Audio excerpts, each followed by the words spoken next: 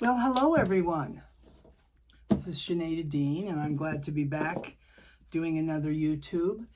This one's going to be more deeply into astrology because we are in a real strong astrology time. We are in eclipse time. And what does that mean? Well, eclipse time is about change time. Whenever there's an eclipse, there's change, and we'll talk more about what that means.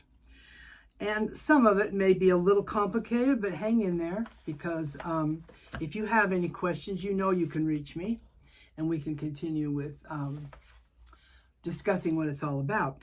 So what we're looking at is, in the first place, I don't know if you've noticed and looked up in the sky, and I can't even tell you, I'm trying to remember what direction it was, where you can see this complete lineup of planets in the sky right now. What you're seeing is Mars and Venus. Mars, Jupiter, and Venus. Now, currently, they are lined up. We call it a conjunction, and they're lined up with each other. I'll tell you what that means in a minute. But very soon, in fact, very, very soon, like tomorrow, the 26th, Saturn's going to join. And so we will have Mars, Jupiter, Venus, and Saturn. And this is always pretty wonderful when these conjoin, because what they do is they put a focus on things that are important in people's lives, depending on their natal chart, depending on what their chart places these planets in those particular areas is what is going to influence your life at the time. So, spring eclipses. The only ones we're going to really work with tonight is April 30th eclipse and May 16th eclipse. The first one's a solar eclipse, the second one is a lunar eclipse, and so it's really interesting to talk about what that really means. So for instance, on our first eclipse, we have Black Lilith involved in that eclipse. Now, what does that mean? It's blocking the suns in that first solar eclipse.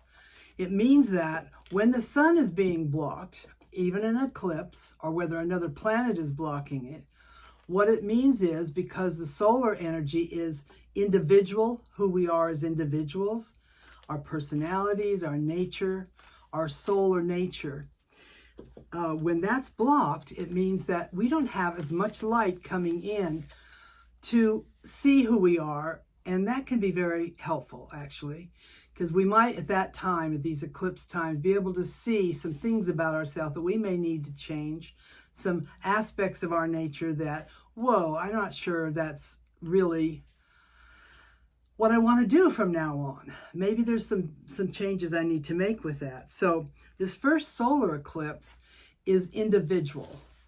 It has to do with your personality more. It has to do with your individuality.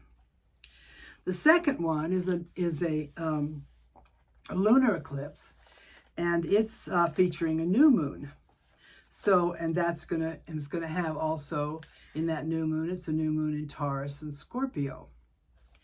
So we'll continue to talk about the Taurus and Scorpio because it's hanging in the sky, very, very demonstrative at this time. So when the moon casts a shadow on the sun, and it happens about twice a year, it's more intense.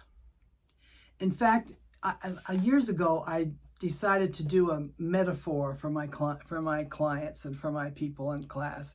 And here's the metaphor. Imagine yourself on a boat, and you're in the middle of a huge sea or ocean. And all of a sudden, the winds come up and the rain starts, and all of a sudden there's just this energy, this intense energy that's going on around you. At that moment, I suggested that what you do is that you check the boat, you put down the things you need to put down to have the boat be less vulnerable. You gather things and put them underneath into the belly of the boat, those things that you didn't want to wash off or wash away. And you start preparing yourself and doing what you need to do to put it down into the belly of the boat. Then you climb down into the belly of the boat and down in the under part, and you lay down. You chill, and you ride it out. Whatever it is, because that's all you can do, is ride it out. And you ride it out until the storm is over. Now, it sounds kind of torrential, and not every solar eclipse is like that, but often they are. So my suggestion to any of you that are being aspected very strongly at this time, I'm suggesting you don't try to fight what's going on, but you allow it to be there and you ride the boat down in the belly. You've done everything you can do, and then you just allow and ride it through. After it's over, the amazing thing happens is that you start seeing what you need to see, but not during, not while you're trying to fight it or struggle with it. So the advice is, if you can also do, you can put things into a ritual and focus them into a ritual, which a lot of people do. And I've done it off and on for years, where you take all that energy and you bring it in and you pull it into a ritual, where you could do singing, where you can focus, you can meditate, you can do all kinds of things to use that energy. And that's very doable too. So those are your options, and the things I would advise in that kind of thing. What I don't think is a great idea is jumping into the storm. Okay? So maybe you'll remember that. The picture, I promise, will come forth to you after the storm is over. Now, the solar is more, as I said, more about the self, the solar eclipse. The lunar eclipse is more about emotions, because the lunar eclipse is about the moon, of course. So, as a shadow comes over, you may see yourself differently when it's a solar eclipse. And it's all depending on how and where that eclipse comes in your own natal chart, and which house and which part of your life. So in order to understand why it's hitting a particular area of your life, you almost need a chart done so that you can see where the influence is. So as you're looking at it, you can also see that it will also affect, because these signs that it's in is fixed signs. It's Taurus and it's Scorpio. So it's going to affect Taurus, Scorpio, Leo, and Aquarius, the fixed signs. And the reason for that is because fixed signs do not change that easily. It takes them some time to figure out what they need to do. And it takes them some time to decide this is the best way to go. And they don't just do it easily. So the fixed signs can be hit especially hard, depending on certain aspects. It can be more of a struggle for them for obvious reasons. So you can also look at a person's moon sign, their Mercury, and their Venus. And you can see that in the chart too, and that's where the influence will be placed. It's very valuable to know, so that you can know ahead of time, so you can know how to best use that energy, because the energy is just energy, and you need to learn how to use it. So right now we are, the key is right now, is that what happens is these eclipses are connected to the north and south nodes. They occur when the sun and the moon align with the lunar nodes of destiny, and the other node, which is the north node, aligns with the path to the sun. So through the sky. So what's happening is there's a direct alignment depending on where the nodes are, the destiny nodes, and also the nodes of your sun. It takes about 18 months for these nodes change signs, because they go through the entire signs, all 12 signs of the zodiac. We've just had them in Sagittarius and Gemini, and so Sagittarius and Gemini have gone through some real changes because of that. It just recently went into Taurus and Scorpio. So that's the reason this is particularly strong right now, because the sun now is in Taurus. And we always look at the opposition sign, which is Scorpio. So as we're looking at these nodes represent, your south node represents your ancestry, your past. Maybe even some people think it's past lives. But it's that part of you that's comfortable where you're at and you don't want to change it, but it's not to your advantage to not shift and grow. That's the south node. The north node is your growth pattern. The north node depicts where you're going to grow the most in this lifetime and what matters the most to you in terms of your own personal growth. So as you get nearer to each of those nodes, those influences start coming forth as you grow. And lots of times, I'm going to say this, that lots and lots of times what's happening is it's all so subconscious. The changes take place without us even knowing it or aware of it. I love being aware of it if I can be. And if any of you do, then you know how to make that happen. It's a case of being able to get your charts and have a better idea of what your charts are doing. And I also do individual teachings for people by phone and otherwise. Okay, so as we're looking at these eclipses, and we know they're all about changes, what we're going to start doing is we're going to start realizing that in April now, we're already influencing, we're already feeling the influence of the solar eclipse. And that as we start doing that, there's a degree that is most significant. And each sign has its own degree. And so I highly suggest anybody that knows anything about astrology to look at the 10th degree or orbit, the 10th orbit. That's where you will feel it the most in this eclipse. All right, those are the two we're going to particularly talk about tonight because they're in April and they're in May. A solar eclipse, the 30th, and a lunar eclipse on the 16th of May. So pay attention. If you can, do ritual. If you can't, then chill. Chill and just pay attention and watch what's going on. And let's see what happens. These eclipses are very powerful. They do shake our world, our inner world. And also, I'm aware of the fact that we have not just one, but two different asteroids, or what are they calling them? Anyway, that are coming very close. They're very large, and they're coming very close to the Earth's.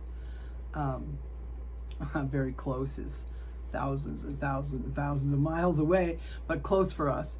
That's also coming in here in the next week or so.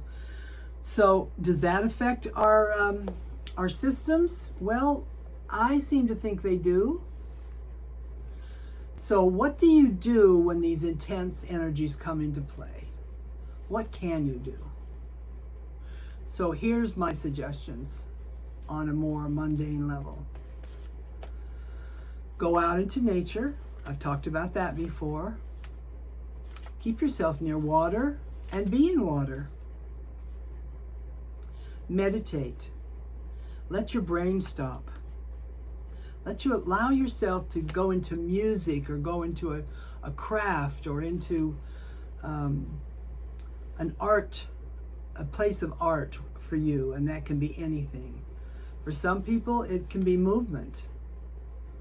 I'm working with a woman in California now who's developing this brand new movement thing. And I will be sharing some of that when we get further along with it. Because movement means exactly what's going on, and if we don't move, nothing happens. So she's doing some very simplistic but very powerful movements that's going to come forth in this system she's developing.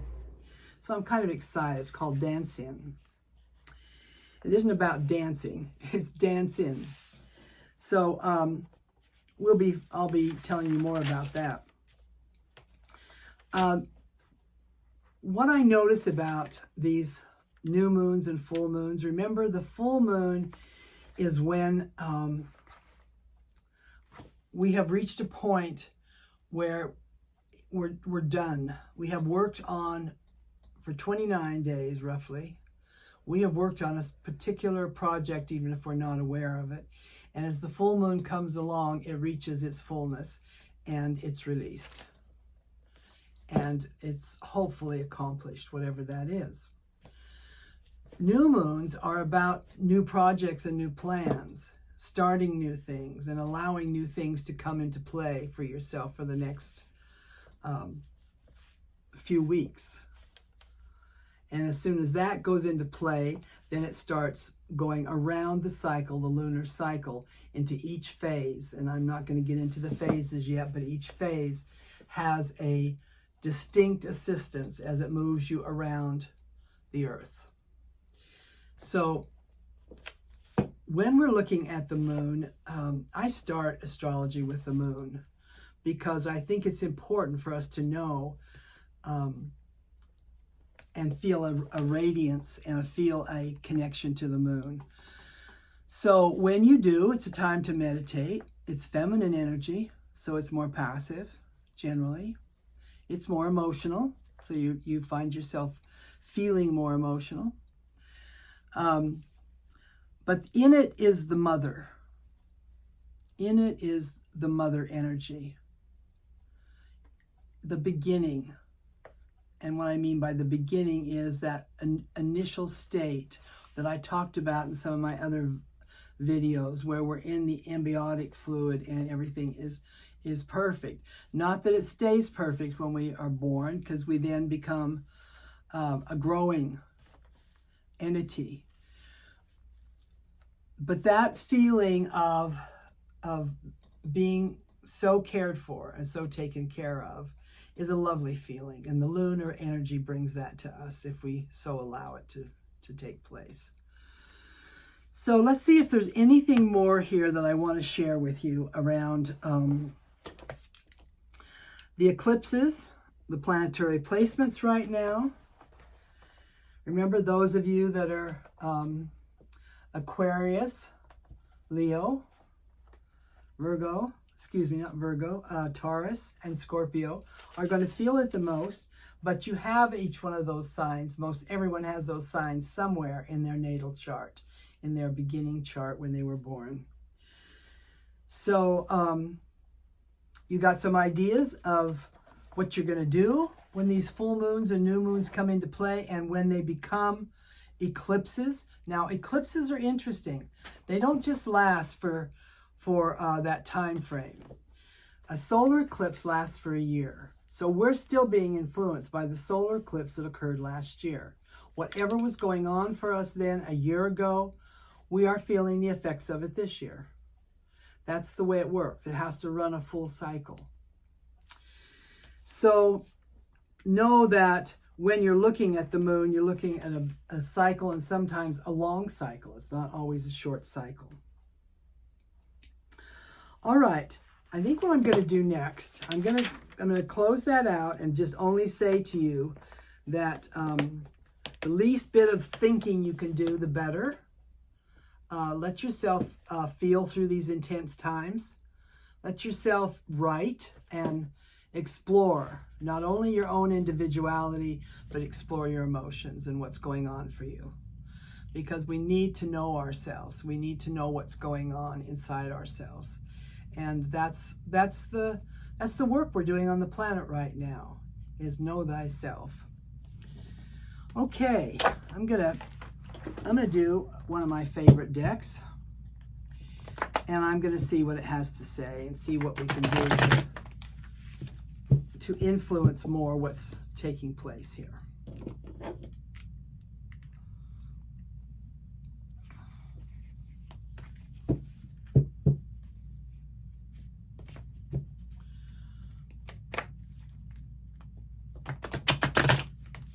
All right, I'm going to pull 3 cards at this time instead of just 1 for all of us. Abundance.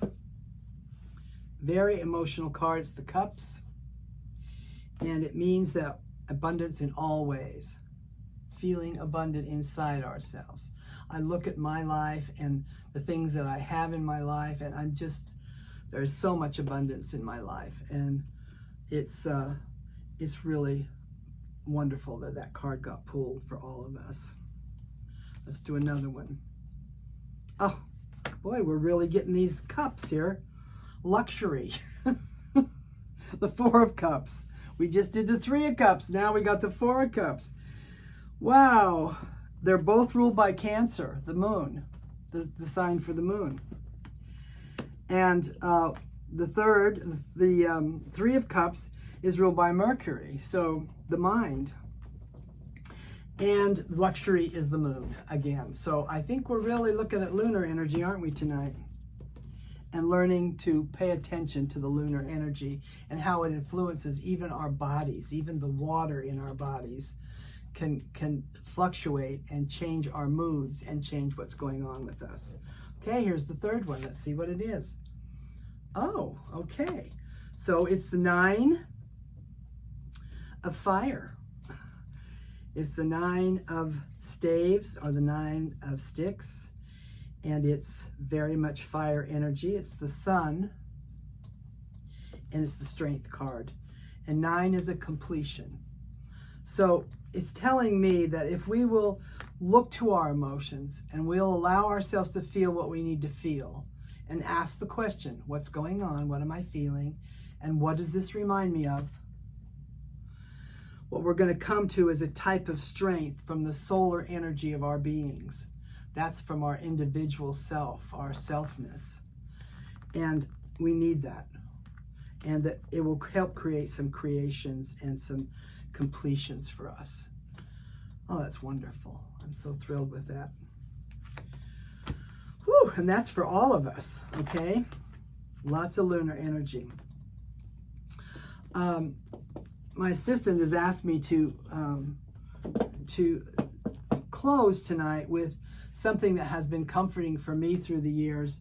It's a saying that I use, which really doesn't make any sense to my mind, but somehow comforts me. And so I'm going to honor her wish, and I'm going to go ahead and give it to you tonight. And what it is I say this at times when things feel so strange or unresolved or kabobbled. I love that word, kabobbled. I'll say this phrase. And what the phrase is all is well and God is in its heaven. All is well and God is in its heaven. All is well and God is in its heaven. All things work for the highest good, and so it is. Thank you so much for being here tonight, and I hope you enjoyed some solar astrology tonight, working with the moon and the sun and the eclipses. Good night, and have a wonderful next week, all right?